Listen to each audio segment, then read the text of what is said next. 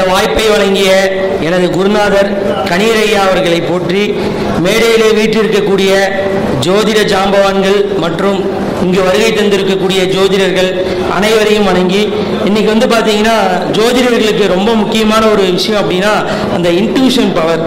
அதை வந்து எப்படி நம்ம வந்து அதிகப்படுத்திக்கிறது அப்படின்னா உபாசனை தெய்வம் அப்படின்னு சொல்லுவாங்க. நம்மளுடைய ஜாதகத்தில் லக்னத்திலிருந்து 9ஆம் இடம் அப்படின்னு சொல்லக்கூடிய அந்த 9ஆம் இடத்தின் அதிபதி பார்த்தீங்கன்னா எந்த நட்சத்திர சாரத்தில் இருக்காரோ அந்த சாரத்தின், இப்போ எடுத்துக்காட்டுக்கு வந்து 9ஆம் மீன லக்னம்னு வச்சுக்கோங்க, 9ஆம் அதிபதி செவ்வாயா வருவார். அவர் வந்து சப்போஸ் சனியுடைய சாரத்தில் இருந்தார் அப்படின்னா சனியினுடைய அதிதேவதை அப்படின்னா காவல் தெய்வம் வரும். சனி செவ்வாய் சேர்க்கை அப்படின்னா காவல் தெய்வம். அப்போ அந்த சனியும் செவ்வாயும் காவல் தெய்வங்கிறதுனால காவல் தெய்வத்துடைய உபாசனையை செய்கிறப்ப அவங்களுக்கு அந்த இன்ட்யூஷன் பவர் அப்படிங்கிறது அதிகரிக்கும். அதே மாதிரி பார்த்துக்கிட்டிங்கன்னா அஷ்டவர்க்க பரல்கள். இந்த அஷ்டவர்க்க பரல்கள் வந்து எதுக்கு யூஸ் ஆகுது அப்படின்னா ரொம்ப ஈஸியாக நம்மளால் கிளைண்ட்டுக்கு வந்து பலன்கள் சொல்ல முடியும். முக்கியமாக வந்து பார்த்தீங்கன்னா இப்போ இந்த காலகட்டத்தில் ஒரு பட்டா விண்ணப்பிக்கிறாங்கன்னு வைங்க, அவங்களுக்கு இப்போ நாங்கள் விண்ணப்பிக்கிறோம் எங்களுக்கு கிடைக்குமா அப்படின்னு கேட்குறாங்க அப்படின்னா, இது மாதிரி அரசு சார்ந்த முக்கியமான கேள்வி கேட்குறாங்க அப்படின்னா நம்மளுடைய ஜாதகத்தில் வந்து பார்த்தீங்கன்னா சூரியன் ஒவ்வொரு ராசிக்கும் ஒரு சில பரல்களை கொடுத்துருப்பாரு. அதாவது ஒரு பரல்ல இருந்து அதிகபட்சமாக 8 பரல் வரைக்கும் கொடுப்பாரு. 1, 2, 3ங்கிறது மிக குறைவான பரல்கள். 4 அப்படிங்கிற பரல் வந்து பார்த்தீங்கன்னா சுமாரான பலனை கொடுக்கும். அதுக்கு மேலே 4லிருந்து 8 வரைக்கும் பார்த்தீங்கன்னா அதிகமான பரல்கள்.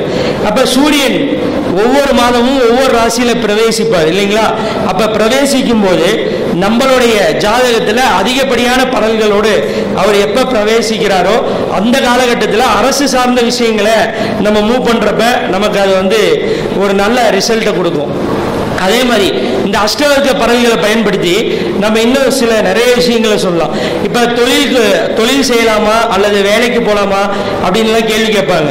அப்போ 6ஆம் இடம் கம்மியான பறவைகள் வாங்கி 10ஆம் இடம் அதிகமான பறவைகள் வாங்கியிருக்கு அப்படின்னா தாராளமாக வந்து 10ஆம் இடம் அதிக பறவைகள் வாங்குறதுனால தொழில் செய்யலாம். அதே 10ஆம் இடம் கம்மியான பறவைகள் வாங்கி 6ஆம் இடம் அதிக பறவைகள் வாங்கிச்சு அப்படின்னா வேலைக்கு போகிறது ரொம்ப பெஸ்ட்டு. அதே மாதிரி இன்னொரு சில விஷயங்கள் என்னன்னா, இப்போ வரக்கூடிய கிளைண்ட்டுக்கு இன்னும் நம்ம வந்து இம்ப்ரெஷன் ஏற்படுத்தணும் அப்படின்னா இப்போ மீனாதி கண்ட பறவைகள் அப்படின்னு சொல்லிட்டு இந்த அஷ்டவர்க்கத்தில் இருக்கு. அதாவது பிரதமை, துவிதியை, திருதியை அப்படின்னு 3ஆ பிரிக்கிறாங்க. அதாவது பாட்டன், தந்தை, ஜாதகர் அப்படின்னு 3ஆ பிரிக்கிறாங்க. இது எந்த லக்கணமாக இருந்தாலும் சரி, மீன ராசியினுடைய பறவைகள் மேஷம், ரிஷபம், மிதுனம் இந்த 4 ராசியோட பறவைகளை கூட்டும் போது கிடைக்கக்கூடிய கூட்டுத்தொகை வந்து பார்த்தீங்கன்னா பாட்டனாருடைய நிலையை குறிக்கும். அதே மாதிரி கடகம், சிம்மம், கன்னி, துலாம் இந்த 4 வந்து பார்த்துக்கிட்டீங்க அப்படின்னா தந்தையாருடைய அந்த 4 பறவைகளையும் கூட்டினீங்கன்னா தந்தையாருடைய நிலைமையை பற்றி சொல்லும். அடுத்து வந்து தனுசு, மகரம், கும்பம், மீனம் விருச்சகம், தனுசு, மகரம், கும்பம் இந்த 4 வந்து பார்த்தீங்கன்னா ஜாதகருடைய நிலையை சொல்லும்.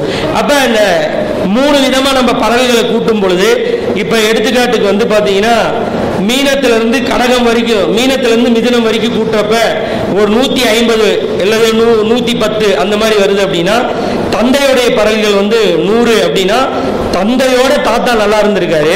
அடுத்து ஜாதகருக்கு 115 வருது அப்படின்னா தாத்தாவோட இந்த ஜாதகர் நல்லா இருப்பாரு அப்படிங்கிறத நம்மளால ஈஸியாக சொல்ல முடியும். அதே மாதிரி நமக்கு எந்த திசை நல்லா இருக்கு, இந்த திசையில நாங்கள் வீடு கட்டலாமா, இந்த திசையில நம்ம குடி போகலாமா அப்படின்லாம் கேட்பாங்க. அப்படிங்கிறப்ப இந்த அஷ்டவர்க்க பறவைகள் வந்து பார்த்தீங்க அப்படின்னா கிழக்கு, தெற்கு, மேற்கு, வடக்கு அப்படின்னு 4ஆ பிரித்து எழுதிக்கணும். கிழக்கு அப்படிங்கிறது பார்த்துக்கிட்டிங்கன்னா மேஷராசி. அதே மாதிரி பார்த்துக்கிட்டீங்க அப்படின்னா கிழக்கை குறிக்கக்கூடிய ராசிகள் மேஷம், சிம்மம், தனுசு. அதே போல தெற்க குறிக்கிறது ரிஷபம், கன்னி, மகரம். மேற்க மிதுனம், துலாம், கும்பம். வடக்க கடகம், விருச்சிகம், மீனம். இந்த 4 திசைக்கும் உண்டான இந்த ராசிகளினுடைய பறவைகளை கூட்டும் பொழுது எந்த திசை அதிக பறவைகள் வாங்கியிருக்கோ அந்த திசையை சார்ந்து நம்ம ஒரு விஷயத்தை செய்கிறப்ப நமக்கு ரொம்ப ஒரு நல்ல ரிசல்ட் கிடைக்கும். எனக்கு இந்த வாய்ப்பை வழங்கிய எனது குருநாதர் கணீரையா அவர்களை வணங்கி உங்கள் அனைவருக்கும் நன்றியை தெரிவித்துக் கொள்கிறேன். நன்றி, வணக்கம்.